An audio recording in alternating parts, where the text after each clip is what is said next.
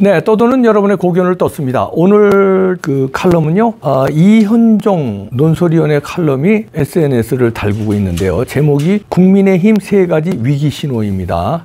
이현종 논설위원은 유평에서 소개해도 되는데 SNS에서 떴기 때문에 제가 떠평에서 소개합니다. 부제목 보니까 총선 1년 앞두고 무기력 여당, 이젠 야당 복도 수명 다해가 절박함과 간절함조차 안 보여 이탈한 대선 동맹 회복 급선무, 조직 아닌 개인 우선 문화 깨야, 지도부부터 희생 결단 보여야, 이런 제목인데요. 일단 그대로 읽어드립니다. 윤석열 정부의 명운을 걸린 제22대 총선이 1년 앞으로 다가왔다. 다음 달 10일이면 윤 대통령이 취임한 지 1년이 된다. 0.73%포인트밖에 차이 나지 않는 아슬아슬한 대선 승부 때문에 야당 지지자들은 여전히 패배를 인정하지 않고 있다. 여기에 169석을 가진 거야가 사사건건 발목만 잡는데 그치지 않고 아예 입법으로 정권 무력화를 시도하고 있다. 내각제 같으면 연정으로 돌파하겠지만 대통령제 아래서 여당으로선 내년 총선을 통해 의회 구조가 바뀌길 기대할 수밖에 없다. 이재명 더불어민주당 대표의 범죄 혐의가 차고도 넘치고 야당 의원들의 비상식적 언행과 입법 폭주가 도를 넘는데도 민심은 여당에 유리하게 돌아가지 않는다. 야당은 장관이든 총리든 마음에 들지 않으면 무조건 탄핵을 하겠다고 달려드는 탄핵 중독증이 심각하다. 윤 대통령이 부산 엑스포 유치를 위해 광역 단체들과 일광 횟집이라는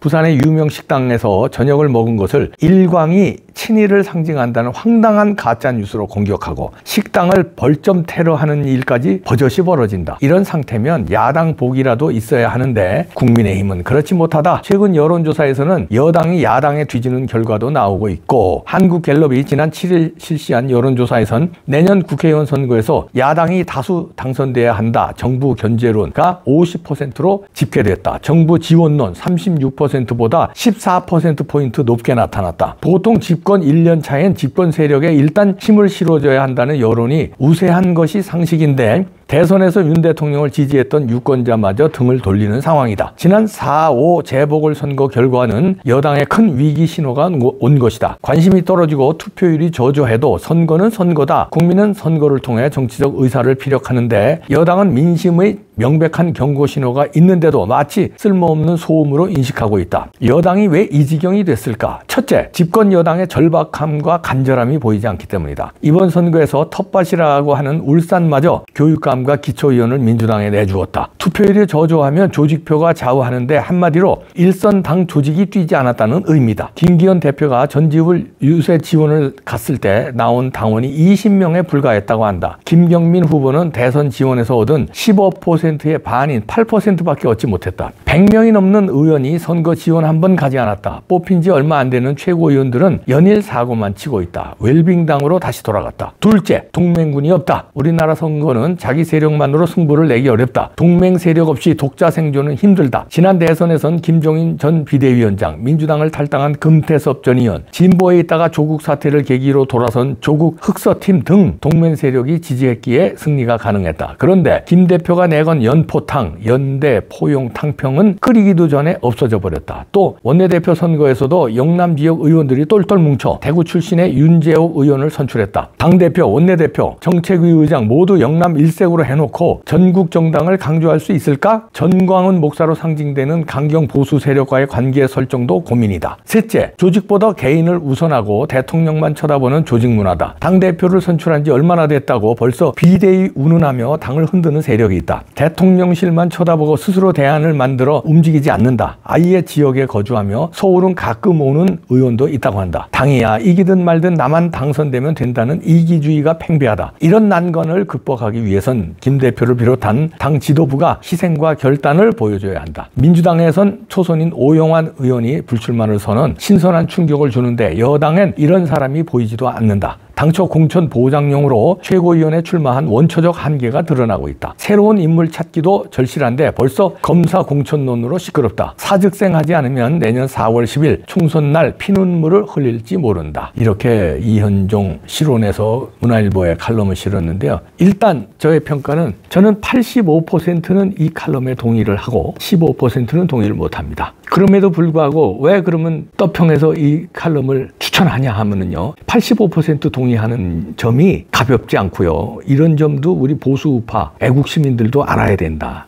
그런 면에서 일단 추천했고요. 그 다음에 이제 SNS에서 뭐 화제가 좀 됐길래 또 추천한 것도 있고요. 그래서 떠평에서 떴는데요. 일단 세 가지 지적은 잘 했다고 봅니다. 왜 지금 여당이 이 지경이 됐는지 세 가지. 집권 여당이 절박함, 간절함이 없다는 거고, 두 번째는 동맹군이 없다는 거고, 셋째는 이기적인 조직 문화다 이런 얘기인데, 대통령만 쳐다보는 조직 문화 이기적이다 이렇게 보이는데, 일단 맞는 것도 같고 약간은 제가 틀린데, 첫째 우선 절박함이 없다, 이거는 제가 뭐 100% 동의합니다. 지금 집권 여당에는요 절박함, 간절함이 없어요. 그냥 자기 하나 당선되면 된다, 내가 어떻게 공천받아야 하나, 요것만 관심이 있지 대한민국이 망하느냐 흥하느냐의 선거라는 점을 인식하지 못하고 있습니다. 그러니까 절박함이 없어요. 이번 총선에서 지면 자기들 금배지가 문제가 아니라 국민의힘 당이 문제가 아니라 대한민국이 망한다는 절박함이 없습니다. 근데 이런 말을 칼럼에서는 안 써가지고 제가 15%또 동의를 못하는 겁니다. 절박함이 없는 건 맞는데 대한민국이 망한다는 절박함이 없다는 거를 이현정 논설위원은 쓰질 않았어요. 그러니까 이제 당내에다가만 초점을 맞춘 거, 그러니까 여기서 조금 제가 차이가 있고요. 그 다음에 동맹군이 없다 해서 이게 이제 여기서도 제가 조금 차이가 있는데, 여기서는 이제